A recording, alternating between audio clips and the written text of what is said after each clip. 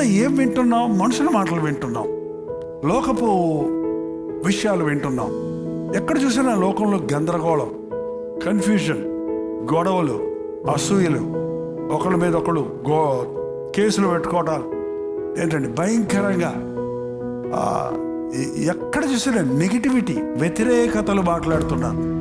ఆ వ్యతిరేకం అనేది ఒక పాయిజనస్ పిల్ అండి. అది ఏంటారో విషపూరితమైన మాత్ర లాంటిది. అది నెగిటివ్ మాట్లాడే వాడి దగ్గర నువ్వు 10 నిమిషాలు కూర్చుంటే నువ్వు నెగిటివ్ మాట్లాడతావు.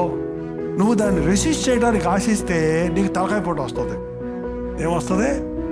నీకు మంచి కామ్ స్పిరిట్ పోద్ది, నీకున్న విశ్వాసం ఓడిపోద్ది.